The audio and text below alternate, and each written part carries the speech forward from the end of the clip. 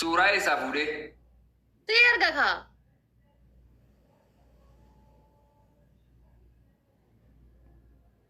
Oromoo wallahi bareeda jirtu. Nama hanganaan jechuudhaan guba gara deebi'uu jechuudha. Jajjabaadha walqixa jirra. Taarikii hojjedhaanatu siniin jedhee. Ati koo hin maxxansitaa? Maxxansa. Wallahi jedhanii nan kakadhaati. Kakadhu wallahi bakka bokkuu sanitti si maxxansa suuraa kan kee hojjechiisee kakadhu wallahi ni maxxansa. Tapha jalqabarraa kaasee ayyee jalqabarraa kaasiiti yeroo sadi wal faana yoo injifatte nan maxxansa wallahi. Wallahi billahi ni maxxansa jedhe. Wallahi billahi nan maxxansa garuu guyyaa tokkoof. Guyyaa tokkoof na maxxansitee achirraa na buufta eessa keeddan caccabsitaa? Innos karee.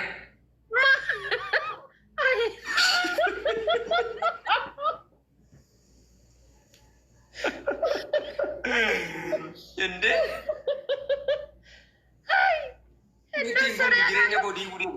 Maal jedha mana keessa kaa yeroo namni dhufee jedhe? Namni dhufee jedhe gisee isiin dhufteen buuftaa achi gargan achi baafta yeroo liibii seentu hundaa si duubatti arguu qabaan. Gisee isiin maaliif keette siin jettu? Akkasitti kakadhu. Alaabaa Oromootii kun ammoo Wallahi kan haadha guyyaa siitee tokko garuu Oromoo. seerumaan biriinti gochisiisee dhagaye kan guyyaa tokko laayibii guyyaa sana guutuu dudduuba kaa'ee deema. Filaaworii afur ijoollee jajjabaadha. Ammas walirraan fagaanne. Yenaa qulqullaa yaas rakkisaa Mara abaaboo guutaa guys. Afur abaaboo afur. Yarbi kee ijoollee tee keessa jiru garaa naa laaffisi ijoollee tee sana waliin. Lamatu hafe dafa. Rabbiin garaa keessa naa laaffisa waan biraa gisee biraa isin hin kadhadhu. Gisee manxiiqii keessa jiru kan waan sheerii jedhamu waan koppiliinkii jedhamu waan